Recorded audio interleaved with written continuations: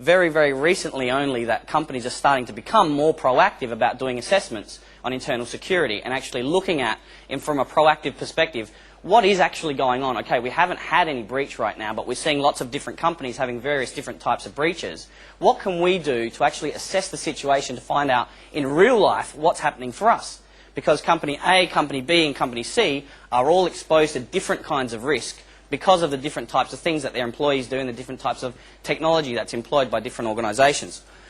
So let's first look at what the insider threat is actually all about, because the focus of this event is actually on data leakage. But data leakage is actually just one aspect of looking at the different types of risks that are created by an insider. So we're looking at any type of business risk which is created by the activities of a trusted insider. And as Adrian just mentioned, which was a very, very good point, a lot of this risk is actually created unintentionally by users.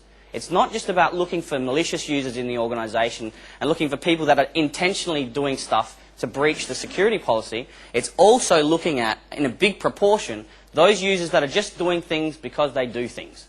Doing things without thinking twice, doing things because they haven't understood the policy properly or they haven't been educated properly about it.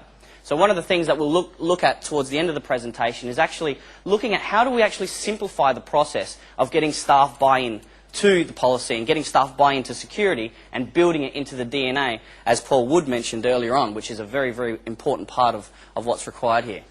So if we look at some general examples which we've all heard before and everyone's very familiar with, looking at the state of play worldwide, this has become a very, very strong focus. The insider threat, while we've been looking at it for the last sort of 10 years, it's only really become a media focus in the last couple of years through events like this, events where big brand name organisations have actually had publicised breaches. And I don't need to go into too much detail there because you guys all are very well aware of those types of things.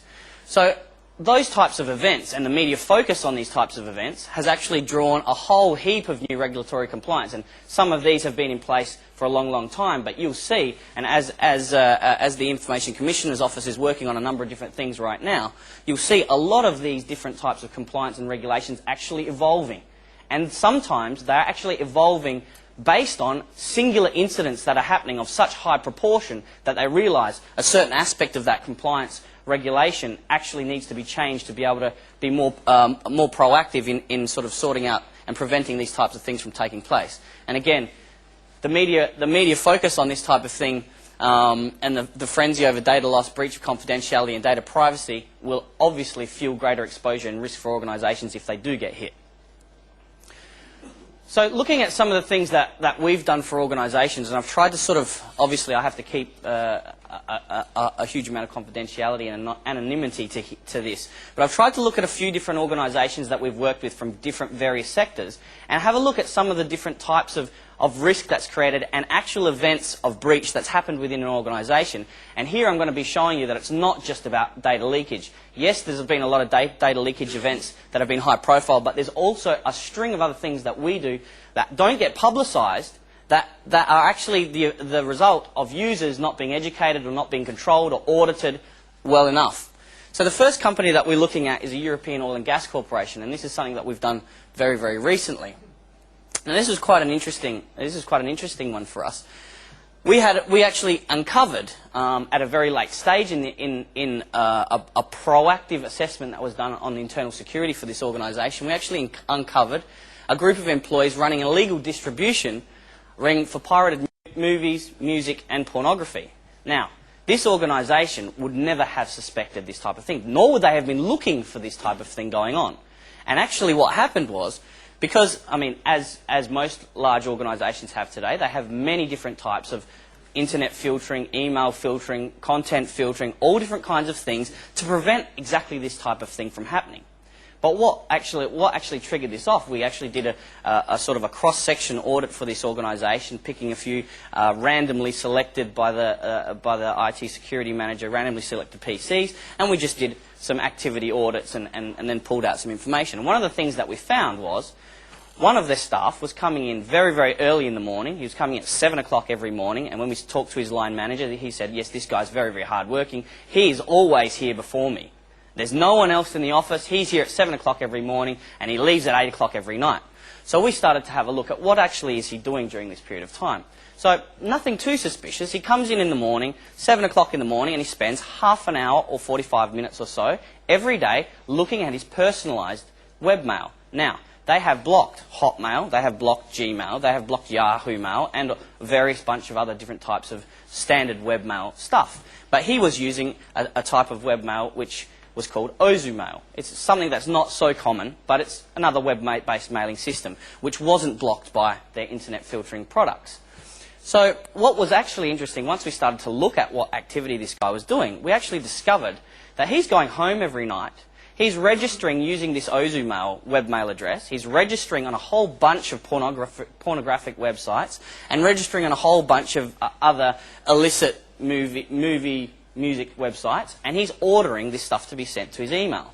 But he's not collecting it at home because it's costing him a lot in bandwidth. So what he's doing is he's coming into the office where they have a big pipe, and he's actually using his Ozu Mail to actually open all this stuff, which isn't blocked, because Ozu Mail wasn't blocked, and he's not accessing any pornographic sites, he's not accessing any music sites, and he's not accessing any movie sites. It's actually all coming through his mail, he's downloading it, and what was really surprising for us is, because we actually do see this kind of thing happen quite often in organisations, surprisingly often.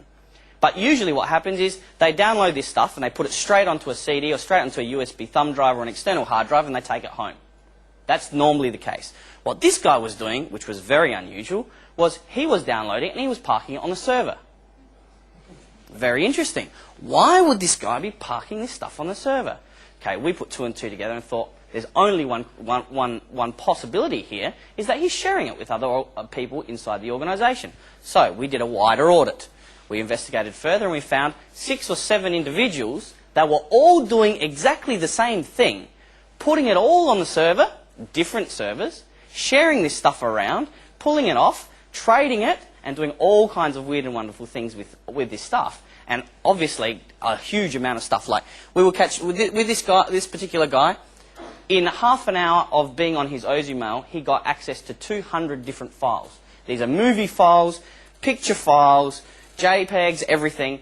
And he was also creating his own content out of this at work. He was actually creating PowerPoints, which he was sending to his mates. He was creating a whole bunch of different stuff. Now, the thing is, that's not a data security breach, so to say. But it is creating a massive legal liability for that organisation. A huge legal liability. And one of our customers in Australia actually got sued by the music industry for being in possession of MP3, a whole bunch of MP3s, and it was a university. So you wouldn't think twice about it if you were the IT manager for a university. All students come in and download music and store music at the university, but they got hit. The Australian music industry sued them for 3 million Aussie dollars just for that one incident, and that could happen to any of these organisations. So there's an example of where a non-data leakage incident is creating huge risk from the insider threat. Second one, this was also quite an interesting one.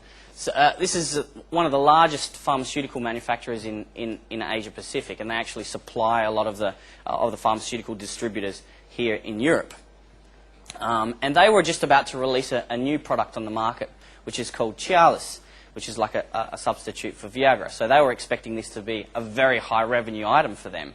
Just go into a pharmacy, you buy it and take it off the shelf. So sort of a couple of weeks just prior to the release of their new product, they found fake products on the shelves already. Okay? And this is fake products with the packaging and everything, exactly like what the product was. Now, when they first investigated further, they found that the actual drug itself wasn't real good. It was a real fake, you know. But over a period of 8 or 9 months, that fake product became so good